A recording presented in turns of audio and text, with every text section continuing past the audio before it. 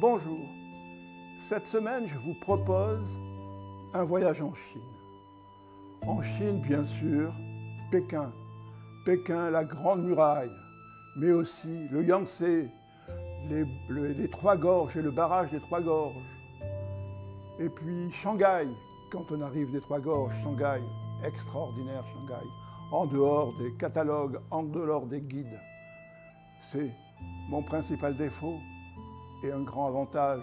Je me perds même en lisant les plans. Et avoir toute une population qui vient m'aider pour ne pas me tromper, pour m'envoyer la bonne direction, c'est tout à fait extraordinaire, avec une exception.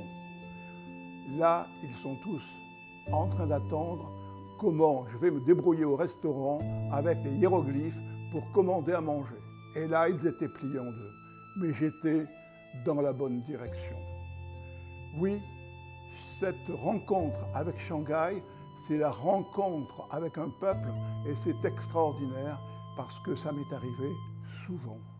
Et puis, il y a eu aussi la foire d'art contemporain de Pékin où j'ai vu l'efficacité de l'organisation chinoise.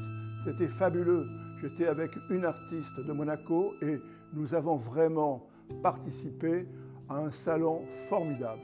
Et vraiment, quand je l'ai recommencé à Tokyo, ce n'était pas pareil. Vraiment, c'était formidable. Donc la Chine, mais c'est aussi évidemment la Grande Muraille. La Grande Muraille où plein de touristes regardent, s'envoient. C'est vraiment formidable. Cette rencontre avec le paysage, un territoire et les gens m'a donné envie d'écrire un livre sur la Chine.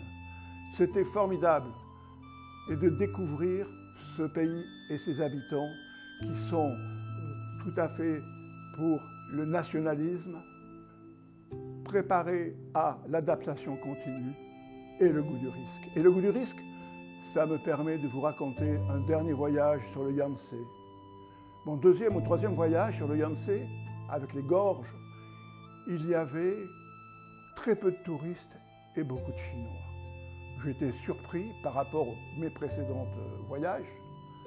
Eh bien, dans chaque chambre du bateau, il y avait un petit casino. Et j'ai compris qu'ici, il avait vraiment le goût du risque. Je convie beaucoup, tout le monde, de voir la Chine sur un autre jour que celui uniquement de la politique. Je vous remercie.